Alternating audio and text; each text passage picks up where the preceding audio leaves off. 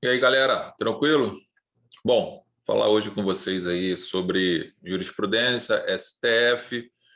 A gente tem que estar sempre acompanhando esses julgados aí, tá, galera? Porque seja para a prova ou para o dia a dia, no caso prático, para você fazer suas fundamentações aí, é necessário que você esteja atualizado. Então, fiz uma separação aqui de um julgado do STF, que eu estava fazendo algumas pesquisas, no que diz respeito ao silêncio, né, do réu. O interessante é que eu já venho falando isso também no nosso curso de interceptação telefônica. Esse curso está liberado também, plataforma martinsbrito.ed.com.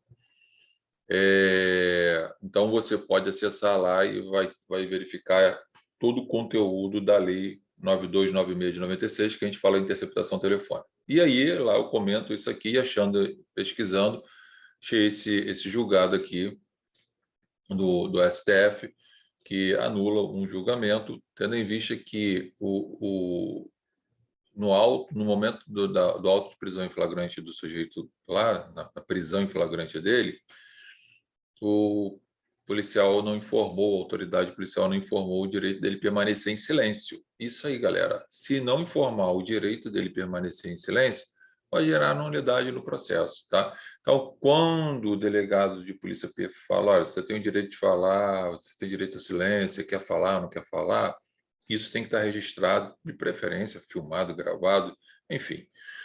E lá em juízo, por isso que o juiz pergunta, ou para a defesa, doutor, seu cliente vai falar, não vai falar, ou pergunta para o réu, você quer falar, não quer falar, quer usar o direito de ficar em silêncio. Ok? Vou compartilhar a tela aqui para a gente ver as informações referentes a esse acórdão aqui. Tá? Muito,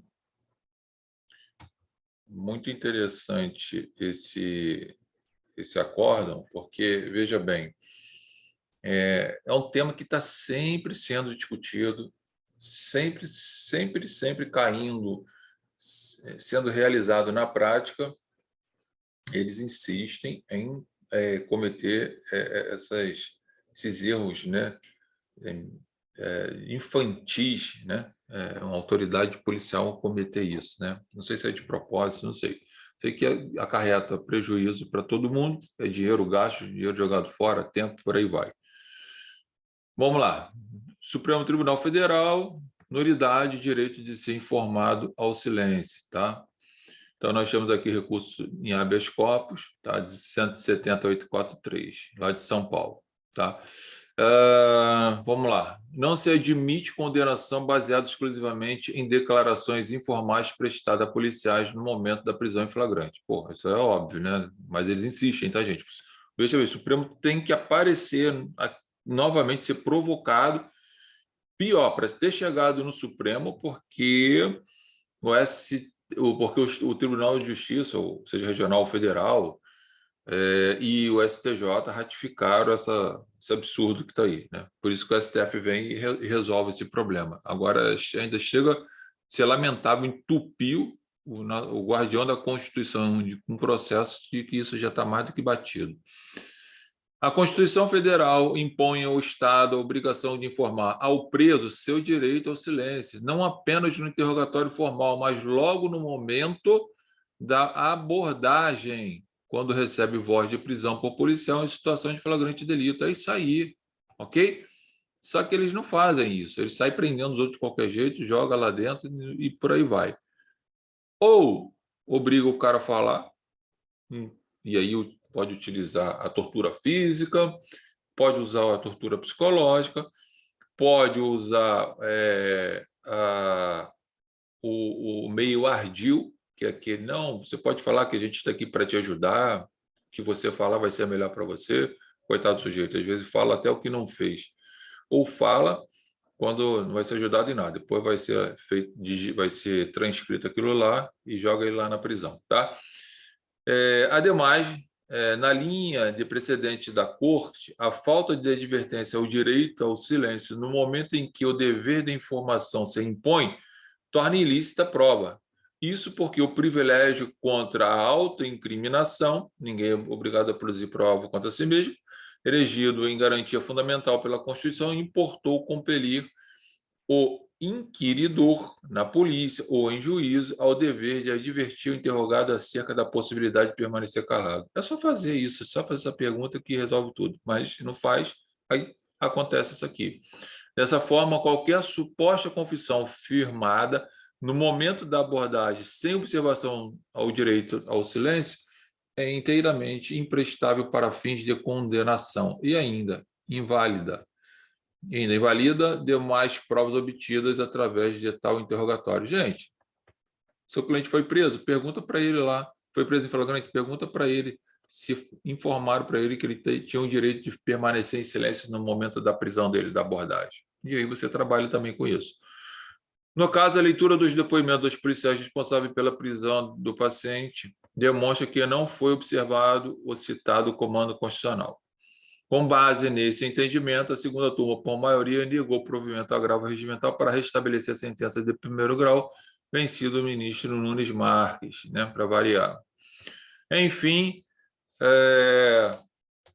aqui a gente verifica o Supremo resolvendo novamente problemas, né, que já era para estar mais do que solucionado. Isso já, na verdade, isso já está mais do que solucionado, mas tem gente que ainda insiste em não reconhecer o direito do preso, tá? Volto a afirmar para vocês, ninguém quer tapete vermelho para o preso, ninguém, pelo menos, eu estou falando por mim, ninguém é a favor da criminalidade, mas tem que se respeitar o direito individual do cidadão, qualquer que seja. Tem que respeitar direitos e garantias individuais, materiais, processuais, e no fim da história, se o sujeito for realmente culpado, o magistrado ao sentenciar, se ele quiser, ele aplica a pena máxima, fica a critério dele, de acordo com a consciência dele, tem lá um limite mínimo e máximo para aplicar a pena. Agora, quando acontece esses absurdos, que se diz respeito a direitos e garantias individuais, processuais, materiais de um sujeito, a gente passa a ter um problema, que eu já falei 10 vezes, né? E vou repetir novamente.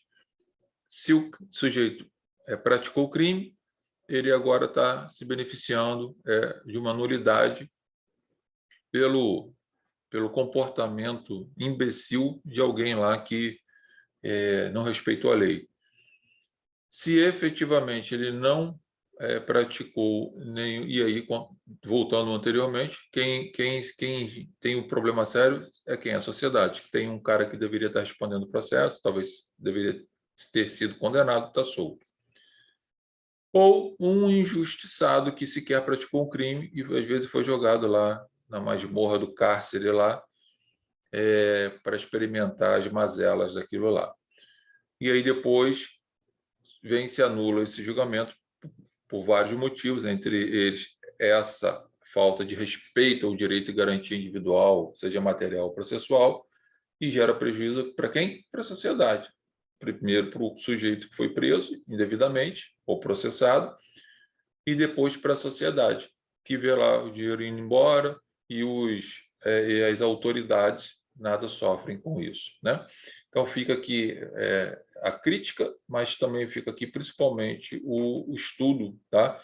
Para que você se mantenha atualizado e já fique atento, esperto em casos reais que você atuar, procure informações para saber se seu cliente foi informado do direito de permanecer em silêncio, por aí vai. Às vezes vem escrito lá, tá, gente? Porque aquilo já está pronto lá na delegacia, né?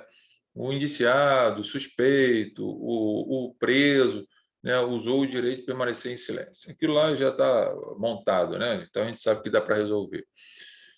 Grande abraço, bons estudos. professor@josebrito.com.br é nosso e-mail, martinsbrito.eadplataforma.com, a nossa plataforma que você tem os cursos, e josebrito.com.br é nosso site lá do nosso escritório de advocacia, ok?